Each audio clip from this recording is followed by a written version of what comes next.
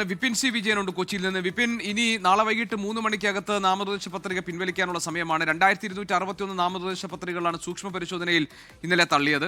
അപ്പോൾ ഇനിയിപ്പോൾ നേരത്തെ ഉമേഷ് സൂചിപ്പിച്ചതുപോലെ തന്നെ രാഷ്ട്രീയ പാർട്ടികൾക്ക് മുന്നിൽ അവർ പ്രധാനമായും ശ്രമിക്കുക വിമതരെ എങ്ങനെയെങ്കിലും പിന്തിരിപ്പിക്കുക എന്നതായിരിക്കും. പരമാവധി വിമത ശല്യം ഒഴിവാക്കിക്കൊണ്ട് ഈ തെരഞ്ഞെടുപ്പിൽ ഒരു മത്സര ചിത്രം സമ്മാനിക്കാനുള്ള സമ്മർദ്ദമായിരിക്കും, അല്ലെങ്കിൽ അത്തരം തന്ത്രങ്ങളായിരിക്കും. ഇപ്പോൾ കെ മുരളീധരൻ തന്നെ പറഞ്ഞു, പാർട്ടിക്ക് പുറത്തായിരിക്കും നാളെ 3 മണി കഴിഞ്ഞാൽ വിമതരായി തുടരാൻ പിന്നെ കഴിയില്ല എന്ന്.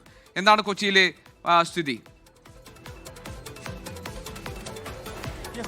ഇപ്പോൾ കൊച്ചിയിൽ 520 പത്രികകളാണ് തള്ളിയത്. അതിലേറ്റവും ഒരു തിരിച്ചടി ഉണ്ടായിരിക്കുന്നത് കൂടുതലായിട്ടും UDF-നാണ്. പ്രധാനമായിട്ടും LC ജോർജ് ജില്ലാ പഞ്ചായത്തിലേക്ക് മത്സരിക്കുന്ന കടമക്കുടി ഡിവിഷനിൽ നിന്ന് മത്സരിക്കുന്ന UDF-ന്റെ സ്ഥാനാർത്ഥിയായിട്ടുള്ള LC ജോർജിന്റെ പത്രിക തള്ളി. അവിടെയാണെങ്കിൽ ഡമ്മി സ്ഥാനാർത്ഥി ഉണ്ടായിരുന്നില്ല. അതൊരു വലിയ തിരിച്ചടിയാണ് UDF-നെ സംബന്ധിച്ച്. അതുകൊണ്ട് തന്നെ വിമത ആയിട്ട് നിൽക്കുന്ന ആളുകളെ പരമാവധി പിന്തിരിപ്പിക്കാനുള്ള അനുനയ നീക്കങ്ങളാണ് നടക്കുന്നത്. കാരണം അതില്ല എന്നുണ്ടെങ്കിൽ കൂടുതൽ സ്ഥലങ്ങളിൽ അതൊരു ഭീഷണിയായിട്ട് തുടരും എന്നുള്ളതാണ്. നമുക്ക് ഈ മധ്യ കേരളത്തിന്റെ പൊതുചിത്രം കൂടി ഒന്ന് നോക്കേണ്ടതുണ്ട്.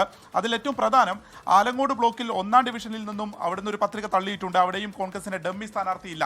അപ്പോൾ അത് രണ്ടായിരിക്കുന്നു. മറ്റൊന്നുള്ളത് വിമത ഭീഷണി കൊച്ചി കോർപ്പറേഷനിലാണ് കൂടുതലായിട്ട് നിലനിൽക്കുന്നത്. അതിൽ എടുത്തു പറയേണ്ടത് ചുള്ളിക്കൽ ഡിവിഷൻ, മൂലംകുഴി, തോപ്പുംപടി എന്നീ 3 ഡിവിഷനുകളിലാണ്.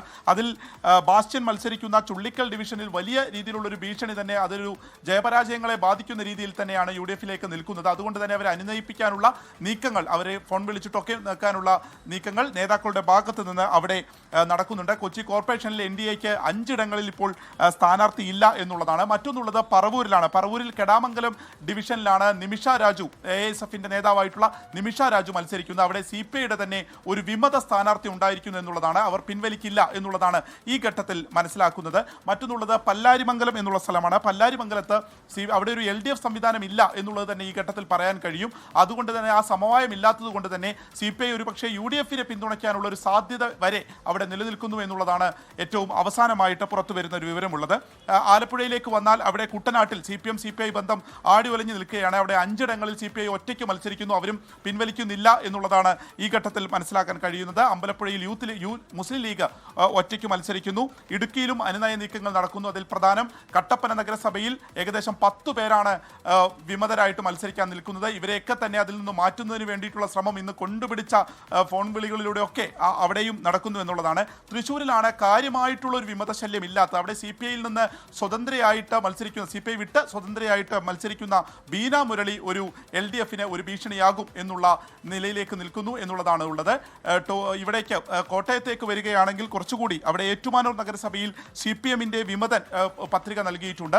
അത് പിൻവലിക്കാനുള്ള ഒരു സാധ്യത ഇപ്പോഴും നിലനിൽക്കുന്നു എന്നുള്ളതാണ് മനസ്സിലാവുന്നത്. അങ്ങനെയാണെങ്കിൽ അവിടുന്ന് ആ വിമത ഭീഷണി ഉയരാനുള്ള സാധ്യതയുണ്ട്. പാലയിലേക്ക് വന്നാൽ ബിനു പുളിക്കക്കണ്ടം, ഒപ്പം തന്നെ അദ്ദേഹത്തിന്റെ കുടുംബവും മത്സരിക്കുന്നു എന്നുള്ളത് CPM-ന് LDF-നെ സംബന്ധിച്ചൊരു തലവേദനയായി നിൽക്കുന്നു. അപ്പോൾ മേൽത്തട്ടിൽ പ്രശ്നങ്ങൾ പരിഹരിക്കൂ എന്നുണ്ടെങ്കിലും താഴെ തടയിൽ ഈ അസ്വാരസ്യങ്ങൾ എത്രത്തോളം വോട്ടിങ്ങിനെ ബാധിക്കും, അതിന്റെ റിസൾട്ടിനെ ബാധിക്കും എന്നുള്ളത് തന്നെയാണ് ഇപ്പോൾ 3 മുന്നണികളെ സംബന്ധിച്ചും പ്രധാനമായിട്ടുള്ള ചർച്ച.